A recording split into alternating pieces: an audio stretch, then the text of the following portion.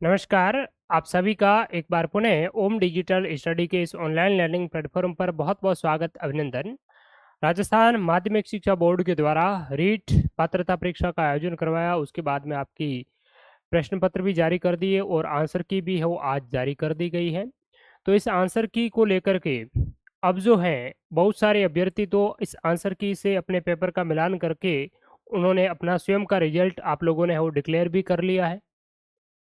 और इसके लिए क्राइटेरिया है वो आपका दिया हुआ है राजस्थान माध्यमिक शिक्षा बोर्ड की जो विज्ञप्ति जारी हुई, इसमें ये बताया हुआ है कि इस कैटेगरी के इतने अगर मार्क्स आपने गेन किए तो आप इसके लिए हो पात्र माने जाएंगे।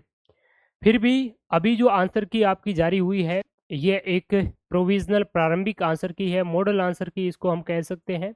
और इस पर आपसे आपत्तियां आमंत्रित की गई हैं कि किसी भी प्रश्न को लेकर के या किसी भी उत्तर को लेकर के जो आरबीएसई के माध्यम से जो जारी किया गया है, इसमें अगर आपको कहीं कोई डाउट हो तो आपके पास में 4-5 दिनों का समय है वो दिया जा रहा है। इस समय अवधि के दौरान आप ऑथेंटिक स्टैंडर्ड प्रूफ के माध्यम से उस प्रश्न को या उस आंसर को जो बोर्ड ने माना है उसको आप चैलेंज करके प्रश्न को बदलवा सकते हैं, यानी कि चैलेंज कर सकते हैं। ये आपके पास में एक अधिकार है। तो अब इस आपत्तियों की अगर हम बात करें तो इस संबंध में भी काफ़ी अभ्यर्थियों के डाउट है कि आपत्ति जो हम डालेंगे तो उसका लाभ किसको मिलेगा।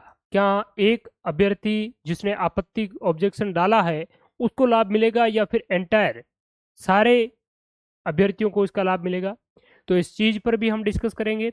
साथ ही साथ क्राइटेरिया क्या है ज़्यादातर आप लोगों को पता ही होगा, फिर भी हम इन चीज़ों को देख लेते हैं कि कितने मार्क्स किस कैटेगरी के हैं तो वो इसमें क्वालिफाई है वो माने जाएंगे। दूसरी महत्वपूर्ण बात है कि जो प्रश्न आपके डाले हुए हैं तो उसमें ऐसे कौन से प्रश्न है जिस पर हम ऑब्जेक्शन लगा सकते हैं और ऑब्जेक्शन लगाने की प्रक्रिया क्या रहेगी, किस स्टैंडर्ड को किस फॉर्मेट को फॉलो करते हुए हमें ऑब्जेक्शन लगाना है। और क्या एक ही प्रश्न पर जो ऑब्जेक्शन है वो एक ही फीस में हम मल्टीपल क्वेश्चन पर ऑब्जेक्शन लगा सकते हैं या फिर इंडिविजुअल अलग अलग सारे ऑब्जेक्शन हम डालने होंगे। कौन से प्रूफ जो है ऑथेंटिक स्टैंडर्ड है वो माने जाएंगे। जो बुकें हैं वो तो हमें पता है कि स्टैंडर्ड ऑथेंटिक बहुत सारी जो बुकें हैं, लेकिन गाइडेड पासबुक इत्यादि वो ऑथेंटिक में नहीं आती है। दूसरी बात है कि क्या वेबसाइट इत्यादि है और भी सरकारी कुछ प्रतिवेदन है तो वो क्या ऑथेंटिक में शामिल है, उसको लगा सकते हैं या नहीं लगा सकते हैं। तो वो सारी चीज़ें आज के इस सेशन में हम चर्चा है वो करने वाले हैं। तो पहली बात तो मैं आपको बता देता हूँ, देखिए कि इसके लिए आपका न्यूनतम उत्तीर्णांक क्या है। तो ये राजस्थान माध्यमिक शिक्षा बोर्ड के द्वारा जो विज्ञप्ति आपकी जारी की गई थी जिस समय आवेदन आमंत्रित किए, तो इस विज्ञप्ति में ही चीज़ स्पष्ट रूप से लिखी गई है कि इस कैटेगरी में यानी कि सामान्य या अनारक्षित वर्ग, सामान्य का मतलब है ओपन कैटेगरी फॉल, और जो भी इन रिजर्व्ड कैटेगरी में नहीं है, इसके अलावा बाकी वाले सारे जो अभ्यर्थी है वो जनरल कैटेगरी में आ जाते हैं। तो सामान्य कैटेगरी की अगर आप हैं, राजस्थान से बाहर वाले भी है वो मेनली इस सामान्य कैटेगरी में ही काउंट होते हैं। तो सामान्य या अनारक्षित वर्ग के जो अभ्यर्थी हैं वो नॉन टीएसपी क्षेत्र के हैं, तो उसके लिए तो न्यूनतम जो 60% है वो लाने होंगे। 150 का पेपर, 150 का 60% कितना होता है, 90 मार्क्स। ठीक है, तो आपके 90 अगर मार्क्स आ रहे हैं, 90 प्रश्न सही हो रहे हैं, तो आप इसके लिए है वो एलिजिबल है वो हो जाते हैं। और टीएसपी के लिए है वो आपका 60%, दोनों के लिए 60-60 जो है वो आपका न्यूनतम प्रतिशत है वो प्राप्तांक रखा गया है। इसके अलावा अनुसूचित जनजाति है, एसटी के लिए है, तो ये 55 है नॉन टीएसपी एरिया के लिए, और टीएसपी एरिया के लिए 36% है। 55% इसका मतलब कितना होता है, 82.5, यानी कि राउंड फिगर अगर हम बात करें तो आपके 83 अगर नंबर है मोटा मोटी अगर कहें तो आप इसके लिए हो एलिजिबल हो जाते हैं। और टीएसपी वाले 36%, तो कितना होता है 36 अगर हम बात करें तो 150 का 36% की अगर हम बात करें तो इसमें 54 जो मार्क्स हैं वो आपके टीएसपी एरिया वालों के लिए। बाकी 82.5 जो मार्क्स हैं वो बाकी जो कैटेगरी हैं यानी कि एससी है, ओबीसी है, एमबीसी है, ईडब्ल्यूएस है, उसके नॉन टीएसपी और टीएसपी किसी भी कैटेगरी से हो तो वो 55% यानी कि 82.5 मार्क्स आपके होने चाहिए। सभी कैटेगरी की विधवा और परित्यक्ता जो महिला है, भूतपूर्व सैनिक है, उनके लिए 50% यानी कि 150 का 50 75 जो मार्क्स है वो आपके हैं। और इसके लिए जो है आपका 40% है। इसके लिए दिव्यांग के लिए, फिजिकली हैंडीकैप और शहरी जनजाति के लिए 36% है, यानी कि आपके 54 मार्क्स हैं। इसके अलावा भी इन्होंने कहा है कि टीएसपी क्षेत्र में एसटी वर्ग के समस्त महिला और पुरुष, विधवा एवं परित्यक्ता महिला सहित निर्धारित न्यूनतम 36% जो है वो आपके अगर है तो वो पात्र हो जाएंगे। तो ये तो आपका इसका क्राइटेरिया है। अब बहुत सारे अभ्यर्थी ऐसे हैं जो आपका न्यूनतम प्राप्तांक जो दिए गए हैं इससे काफी ऊपर है, लगभग 10-15 नंबर ज्यादा है, या किसी के 10 ज्यादा है, किसी के 15। तो उसको तो वैसे कोई जो ऑब्जेक्शन की उसकी चिंता है वो नहीं है। ऑब्जेक्शन की चिंता किनको है?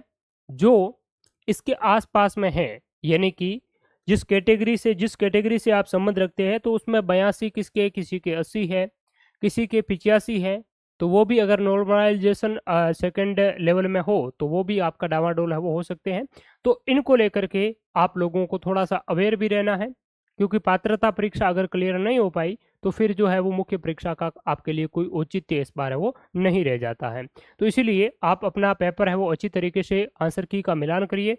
और उसके बाद में अगर आपको लगता है किसी प्रश्न को लेकर के आपत्ति है, रीट लेवल जो प्रथम है, उस प्रथम में एक दुर्ग वाला जो प्रश्न है वो थोड़ा सा विवादित है वो लग रहा है, तो उसके लिए कुछ प्रूफ है हमारे पास में। तो वो प्रूफ आप व्हाट्सएप पर मैसेज डालना, तो हम आपको प्रूफ प्रोवाइड है वो करवा देंगे।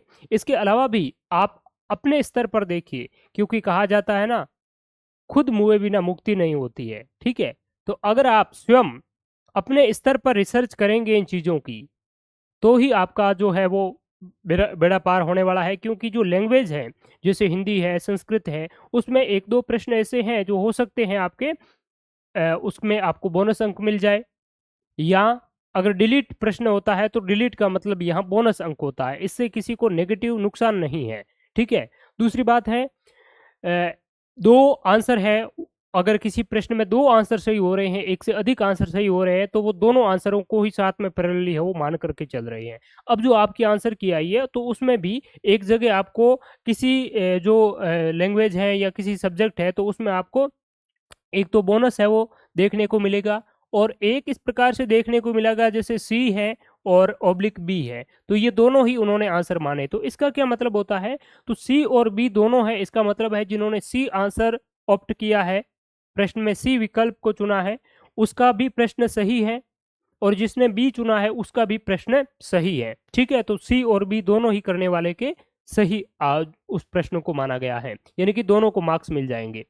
अब बोनस जो दिया गया है, इसका मतलब ये है कि बोनस का मतलब ये नहीं है कि आपके 2 मार्क्स है वो बढ़ गए। बोनस का मतलब ये है कि अगर आपने उस प्रश्न को सही किया है तो आपको वैसे भी मार्क्स मिलना ही था, और बोनस की बात करें या सही की बात करें तो वो तो आपको मिल ही गया है। अगर आपने उस प्रश्न को गलत कर दिया था, तो ऐसी स्थिति में आपको जो है वो बोनस के तौर पर जो है वो आपको 1 मार्क्स और एक्स्ट्रा है वो मिल गया है। तो बोनस से फायदा किसको हुआ है? जिन्होंने प्रश्न को गलत है वो किया है, तो उसको उसका फायदा हो गया, और जिन्होंने सही किया है तो उसको तो कोई ज्यादा फर्क है वो नहीं पड़ रहा है, क्योंकि उन्होंने सही किया और सही का मार्क्स तो मिलना ही था, तो बोनस के तौर पर उसको मिल चुका है। ठीक है, तो बोनस वाली बात है वो मेनली ये है। अब आपको बोनस और इन दोनों वाले इस प्रकार से जो आंसर दिए गए हैं उसके आधार पर इस कसौटी पर इसको खरा कसना है कि आप इसके आसपास में कहाँ तक है वो जा रहे हैं। उसके बाद में आपकी बारी आती है ऑब्जेक्शन की, आपत्तियों की। तो आपत्ति के लिए इन्होंने टाइम है वो दे रखा है कि आपत्ति आपको कब तक डालनी है, कब तक नहीं डालनी है। तो ये राजस्थान माध्यमिक शिक्षा बोर्ड की ऑफिशियल वेबसाइट है, यहाँ पर आंसर की है, यहाँ पर बुकलेट है, क्वेश्चन पेपर है, और साथ ही साथ यहाँ पर जनरेट ऑब्जेक्शन चालान। ठीक है, तो ऑब्जेक्शन के लिए चालान जनरेट करने का भी यहाँ पर आपका ऑप्शन दिया गया है। तो आपको एक प्रक्रिया को अपनाना है, उसी प्रक्रिया को फॉलो करते हुए आपको ऑब्जेक्शन डालना है। तो इसके लिए एक इन्होंने निर्देश है वो जारी किए गए हैं। वैसे आप यहाँ क्लिक करके आपत्ति के लिए अनुदेश है वो पढ़ सकते हैं। और यहाँ पर मैं एक बार बता देता हूँ कि किस प्रकार से आप ऑब्जेक्शन है वो डालेंगे। तो देखिए, ऑब्जेक्शन के लिए पहली बात तो है कि आपके पास में स्टैंडर्ड ऑथेंटिक प्रूफ है वो होना चाहिए। और उस प्रूफ को किस प्रकार से आप करेंगे, तो यहाँ पर ये प्रक्रिया दी गई है, तो इस प्रक्रिया को मुझे अलग से बताने की आवश्यकता नहीं होगी, क्योंकि आप भी बीएसटीसी कर चुके हैं, बीएड कर चुके हैं या कर रहे हैं, तो इतना तो आपको ज्ञान होगा ही। ये जो चीज़ लिखी हुई है तो उस अकॉर्डिंग आपको ये चीज़ें फॉलो करनी है। उसके बाद में जो है वो इन्होंने ये बताया है कि जो ऑथेंटिक स्टैंडर्ड जो आप प्रूफ डाल रहे हैं, जो प्रश्नों का आप चैलेंज कर रहे हैं, उसको चैलेंज करने के लिए आपके पास में तो प्रूफ तो होना चाहिए। तो वो जो प्रूफ है, उस प्रूफ में आपको क्या करना होगा कि उसका कवर जो पेज है वो सबसे पहले आपको डालना है। मान लिया कि आप किसी प्रश्न पर प्रूफ डाल रहे हैं और प्रूफ के तौर पर आपके पास में ये हिंदी ग्रंथ अकादमी की कोई भी है वो आपके पास में पुस्तक है, किताब है, तो इस पुस्तक का जो पृष्ठ है, कवर पृष्ठ है, इसका आपको फोटो है वो सबसे पहले है वो डालना है। और ये सारा जेपीजी फॉर्मेट में इन्होंने वो मांगा है। तो ये जेपीजी फॉर्मेट जो होता है वो आपका इमेज का फॉर्मेट होता है। इमेज में पीएनजी, जेपीजी और भी अलग अलग फॉर्मेट होते हैं। तो जेपीजी फॉर्मेट इन्होंने इसलिए कहा है क्योंकि पीडीएफ फॉर्मेट इत्यादि होता है तो उसकी फाइल साइज काफ़ी बड़ी हो जाती है, जो इसकी वेबसाइट पर ज़्यादा लोड पड़ता है, इसलिए इन्होंने जेपीजी में है वो मांगा है। तो जेपीजी का मतलब है आपको सारे अलग अलग पृष्ठ है वो डालने होंगे। तो इसका प्रथम पृष्ठ ये आप इस प्रकार से डालें, और उसके बाद में इसका जो आंतरिक पृष्ठ है वो आपको वो साथ में डाल देना है। और इसका जो संस्करण इत्यादि जो लिखा हुआ है वो भी आपको साथ में डालना है, ताकि वो वेरीफाई कर सके कि कौन से संस्करण की, क्योंकि अलग अलग संस्करणों में पुस्तक को अपग्रेड किया जाता है, कुछ अलग संस्करण में अलग चीज़ें अलग पेज पर होती हैं, तो वो चीज़ें हैं वो आपको है। इसके बाद में आपको जो पृष्ठ है जिसमें जो चीज़ लिखी गई है उस पृष्ठ का आपको वो फोटो साथ में अटैच करना है। ठीक है, ये डाल करके आपको साथ में जो यहाँ पर जो दिया गया है कि उत्तर क्या माना है वो भी आपको वो दर्ज करना है, यह कि माध्यमिक शिक्षा बोर्ड ने क्या माना है और आपके मुताबिक इसका प्रश्न आंसर क्या होना चाहिए वो भी आपको मेंशन करना है।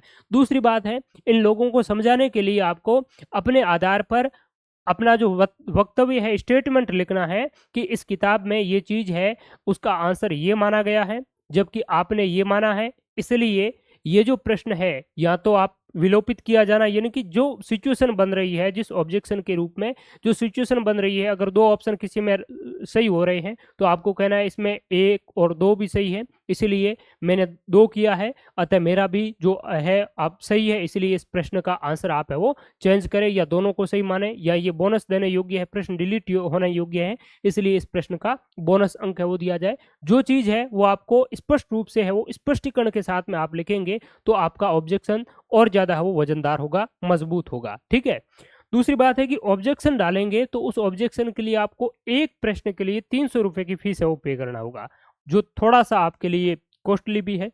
कर्मचारी चयन बोर्ड वैसे 100 रुपये है वो लेता है, और राजस्थान लोक सेवा आयोग के द्वारा भी इस प्रकार का 100 रुपये फीस लिया जाता है, लेकिन लोक सेवा आयोग ने बाद में ये प्रक्रिया अपना ली कि अगर आपका प्रूफ वैलिड है वो पाया जाता है तो आपको जो ऑब्जेक्शन के तौर पर रुपए लिए जाते हैं वो रिफंड है वो कर देते हैं, लेकिन कर्मचारी चयन बोर्ड और ये लोग रिफंड आपके नहीं करेंगे।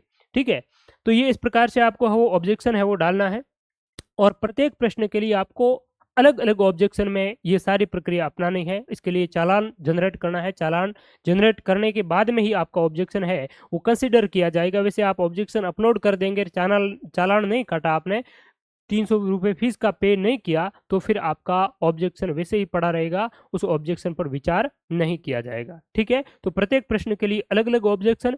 दूसरी महत्वपूर्ण बात, ऑब्जेक्शन का लाभ किसको मिलेगा? क्या एक व्यक्ति ऑब्जेक्शन डालेगा उसको मिलेगा या पूरी सारी जमात को मिलेगा? तो सारे ही स्टूडेंट्स को ऑब्जेक्शन का आधार पर अगर प्रश्न के किसी भी उत्तर को बदला जाता है, उस पर बोनस अंक दिया जाता है, तो उसका लाभ उस ऑब्जेक्शन डालने वाले केवल एक अभ्यर्थी को ही नहीं मिलेगा, अपितु सारा परिणाम के अंतर्गत जितने भी स्टूडेंट शामिल हैं उन सारे अभ्यर्थियों को इसका वो लाभ मिलेगा। दूसरी है कि ऑब्जेक्शन के लिए ऑथेंटिक बुक है, अधिकतर हिंदी ग्रंथ अकादमी की पुस्तकें वो प्रामाणिक है।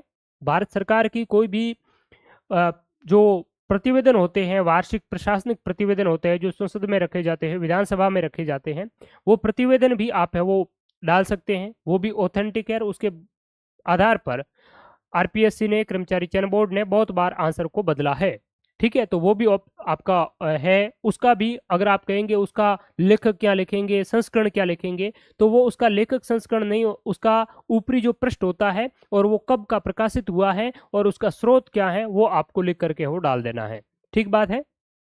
दूसरी कि प्रश्न जो है वो कौन से ऑब्जेक्शनेबल हैं, कौन से नहीं है, तो वो आपको थोड़े से अपने स्वयं के स्तर पर रिसर्च करना है। उसके बाद में अगर जीके से संबंधित, सामान्य ज्ञान से संबंधित, चाहे इंडिया का हो या राजस्थान का हो, तो वे ऐसे पॉलिटी के इत्यादि के कोई आपको प्रश्न लगे कि ऑब्जेक्शनेबल है, तो उसके लिए आप स्वयं के स्तर पर पहले रिसर्च करें। उसके बाद में जो नंबर मैं आपको एक प्रोवाइड करवा देता हूँ, इस नंबर पर आप हमसे संपर्क कर सकते हैं और हम आपको और भी इस संबंध में वो अगर ऑब्जेक्शनेबल हैं और वाकई में इस पर जो प्रश्न है वो डिलीट हो सकता है, तो उस आधार पर हम भी क्रॉस वेरीफाई करके आपको है वो बता देंगे, ताकि आप ऑब्जेक्शन है वो डाल है वो सकते हैं। ठीक है, तो ये जो है वो आप इस पर है वो व्हाट्सएप कर सकते हैं, तो इस पर हम भी आपको जो भी है, अगर वैसे नहीं है कि आपका प्रश्न गलत हो गया या इस आधार पर आप सारे ही प्रश्नों को लेकर के यहाँ पर है वो डाल दें, तो वो हमारे लिए भी थोड़ा सा ज़्यादा है वो डिफ़िकल्ट मामला है वो हो जाएगा। तो इसलिए आप स्वयं के स्तर पर थोड़ा रिसर्च करें, देखें, चीज़ों को समझें। उसके बाद में आपको ज़्यादा उचित लगे, 2 प्रश्न के आंसर है वो सही हो रहे हैं या प्रश्न डिलीट होने योग्य है, तो ऐसी स्थिति हो और आप ऑब्जेक्शन लगाने की अंतिम प्रक्रिया में हो, तब आप है वो मैसेज यहाँ पर कर सकते हैं। तो अगर सही होगा तो हम आपको बता देंगे कि हाँ, ये ऑब्जेक्शन योग्य है, ऑब्जेक्शन आप है वो लगा सकते हैं। हमारे पास में उस संदर्भ में कोई और ऑथेंटिक मजबूत प्रूफ होंगे, तो वो भी हम आपको प्रोवाइड है वो करवा देंगे। दूसरी बात है कि ऑब्जेक्शन जो आपका लेवल फर्स्ट है और लेवल सेकंड है, इन दोनों स्तरों में क्या नॉर्मलाइजेशन की प्रक्रिया अपनाई जाएगी? तो डेफिनेटली जहां पर एक से ज़्यादा शिफ्टों में जो पेपर है वो कंडक्ट होते हैं, तो वहां पर सामान्यकरण की प्रक्रिया हो अपनाई जाती है, स्केलिंग है वो होती है। इसमें भी आपकी पूरी संभावना है कि स्केलिंग आपकी की जाएगी। अब इसमें लाभ किसको मिलेगा? फर्स्ट शिफ्ट वालों को, या फर्स्ट का मतलब है L2 की सेकंड शिफ्ट और जो आपकी 2 की थर्ड वाली शिफ्ट, यानी कि L2 है वो 2 शिफ्टों में आयोजित हुआ, दूसरी और तीसरी। तो दूसरी शिफ्ट या तीसरी शिफ्ट किसको लाभ मिलेगा? तो अगर पेपर का स्टैंडर्ड अगर देखा जाए, बाकी वाला जो भाषा इत्यादि वो चीज़ें मैंने नहीं देखी यार, मैं उस पर गया हूँ। जो आपका 60 मार्क्स का जीके वाला जो खंड था एसएसटी में, उसको अगर हम देखा जाए, तो वो जो दूसरी शिफ्ट थी उसमें थोड़ा-सा ठीक था और तीसरी जो शिफ्ट थी उसमें थोड़ा-सा दूसरी से ज़्यादा टफ था। अब ये जो नॉर्मलाइज़ेशन इत्यादि की जो प्रक्रिया अपनाते हैं, तो उसमें पेपर को हमारी नज़रों से हम देखते हैं जो टफ लगता है या हार्ड लगता है, तो उस आधार पर ये स्केलिंग नहीं होती। स्केलिंग में ये चीज़ देखी जाती है कि पर्टिकुलर जो प्रश्न है, उस प्रश्न को कितने अभ्यर्थियों ने उसको अटेम्प्ट किया है, अटेम्प्ट के आधार पर कितनों ने सही किया, और उस आधार पर अगर वो प्रश्न अटेम्प्ट तो लगभग सभी करेंगे और सही अटेम्प्ट किया है, उस आधार पर उस प्रश्न की कठिनता और सरलता है वो डिफाइन की जाती है। उस आधार पर बाद में स्केलिंग है वो की जाती है। तो अगर इस आधार पर अगर हम देखा जाए, तो आपका ज़्यादा फर्क नहीं पड़ेगा दोनों के नॉर्मलाइजेशन में, क्योंकि पहली शिफ्ट वाले जो अभ्यर्थी है उसके लिए पूरा पैटर्न, पूरा पेपर है वो एकदम नया था, वो पहली बार गए। दूसरी शिफ्ट वालों को थोड़ा सा फायदा मिला पहली शिफ्ट वालों से, क्योंकि कोई रिश्तेदार में थे, कोई यूट्यूब के माध्यम से भी आपको सहायता मिल गई कि कैसा किस स्टैंडर्ड का पेपर आ रहा है, कहाँ-कहाँ से सवाल पूछे गए हैं, और उसी सेम पैटर्न को फॉलो किया है सेकंड यानी कि तीसरी शिफ्ट में, जिससे बहुत सारे अभ्यर्थियों को उससे थोड़ा-सा फायदा भी है वो मिला है, बेनिफिट भी मिला है। ठीक है? तो इस आधार पर दूसरों वालों के लिए थोड़ी-सी जो है वो आपकी आसानी हो गई, लेकिन वैसे ही उन्होंने पेपर का लेवल थोड़ा-सा और ज़्यादा है वो स्टैंडर्ड लेवल का वो पेपर दे दिया था तीसरी शिफ्ट का। तो इस आधार पर अगर देखा जाए, तो पहले तीसरी शिफ्ट वालों को पहले पेपर का पैटर्न समझ में आ गया, तो उसके लिए थोड़ा-सा आसान हो गया, लेकिन पेपर टफ आया, और पहली वालों के लिए पेपर थोड़ा टफ था और पेपर ठीक मीडियम था, लेकिन वो नए थे, तो इसलिए लगभग-लगभग इन्होंने सामान्यीकरण तो पेपर के सेट पैटर्न के आधार पर इन्होंने लगभग तो कर लिया है। फिर भी आपके अगर नॉर्मलाइजेशन होता है, तो 1-2 मार्क्स की अगर हम बात करें, तो सेकंड शिफ्ट वालों को इसमें बेनिफिट है वो मिल सकता है। सेकंड यानी कि तीसरी शिफ्ट वालों को, L2 की अंतिम शिफ्ट वालों को थोड़ा-सा बेनिफिट है वो मिल सकता है। बाकी किस प्रकार से क्या होता है वो फाइनली है वो देखा जाएगा जब आपका परिणाम आएगा, ठीक बात है। तो जिनके अच्छे मार्क्स हैं और आस-पास में है, किनारे पर हैं, ठीक है? 8 5-7 जो मार्क्स है वो आपके ज़्यादा है या कम है, तो ऐसे आधार पर आप पूरे पेपर का अच्छे से रिसर्च करें, सारे सब्जेक्टों का रिसर्च करें, उसके बाद में ऑब्जेक्शन को तलाशने का प्रयास करें और फिर ऑब्जेक्शन लगाएं, ताकि हो सके कि आप जो है वो एक सेफ स्कोर में है वो आ जाए और ये पात्रता आपकी पूरी तरीके से वो क्लियर है वो हो जाए। ठीक बात है। तो thank you so much all of you, बहुत बहुत आप सभी का धन्यवाद। और ये जो चीज़ें, दूसरी, ऑब्जेक्शन किस प्रकार से आप लगाएंगे उसकी प्रक्रिया जो है वो पहले तो आपको क्या करना है, जनरेट जो ऑब्जेक्शन जो चालान है इस पे आपको है वो क्लिक करना है, और बाकी सारी जो प्रक्रिया है वो इस पीडीएफ में वो दी गई है, ठीक है, जो मैंने आपको अभी बताया। ठीक है, और यहाँ पर आप इस वेबसाइट पे जाएंगे तो इस वेबसाइट में यहाँ पर ये चीज़ें है वो लिखी हुई है इस अनुदेश में, और कुछ हेल्पलाइन नंबर भी है वो दिए हुए हैं, तो इस हेल्पलाइन के माध्यम से भी आप जो है वो बोर्ड से संपर्क कर सकते हैं अगर चालान में शुल्क में किसी भी प्रकार की कोई आपकी समस्या इत्यादि है वो रहती है तो। ठीक है, तो thank you so much all of you, बहुत बहुत आप सभी का धन्यवाद, शुक्रिया, नमस्कार। साथ ही आप मुख्य परीक्षा की अच्छी तैयारी करना चाहते हैं तो इसके लिए कर्मचारी चयन बोर्ड आपके लिए अब जो है वो कर्मचारी चयन बोर्ड ही आपका कर्ता धर्ता है वो रहेगा, वही पेपर आपका बनाएगा मुख्य भर्ती परीक्षा का। तो उसके बहुत सारे पेपर जनवरी 2025 में आयोजित करवाए उन्होंने एग्जाम, जेईएन का, जूनियर इंस्ट्रक्टर के इत्यादि, दिसंबर नवंबर इत्यादि, लगभग 30 से ज़्यादा पेपर है, 40 के करीब 50 के करीब पेपर लगभग हो जाएंगे। इतने पेपर, प्रत्येक पेपर में 40-40 प्रश्न राजस्थान जीके के पूछे गए हैं। उन सारों का सॉल्यूशन, डिटेल सॉल्यूशन हमारे इसी यूट्यूब चैनल पर मैंने उसी दिन करवाया जिस दिन पेपर है वो हुए, लाइव सॉल्यूशन है, तो वो आप वीडियोस देख सकते हैं, आपके लिए बहुत ही रामबाण साबित होने वाला है। कर्मचारी चयन बोर्ड का एक पैटर्न आपको समझ आएगा कि कैसे प्रश्न पूछे जा रहे हैं। दूसरी महत्वपूर्ण बात है कि जितने भी हमने सॉल्यूशन कराए उसके बाद में रीट पात्रता परीक्षा ये बाद में ही हुई है, तो उनमें आप अगर देखेंगे तो सारे प्रश्न Rajasthan history, art and culture के, ज्योग्राफी के, जितने जो आपके इस पेपर में पूछे गए हैं, रीट चाहे लेवल फर्स्ट की बात करें, सेकंड की, इन सारों में जीके वाले जितने प्रश्न पूछे हैं लगभग सारे आपको उन पेपरों के सॉल्यूशन में मिल जाएंगे।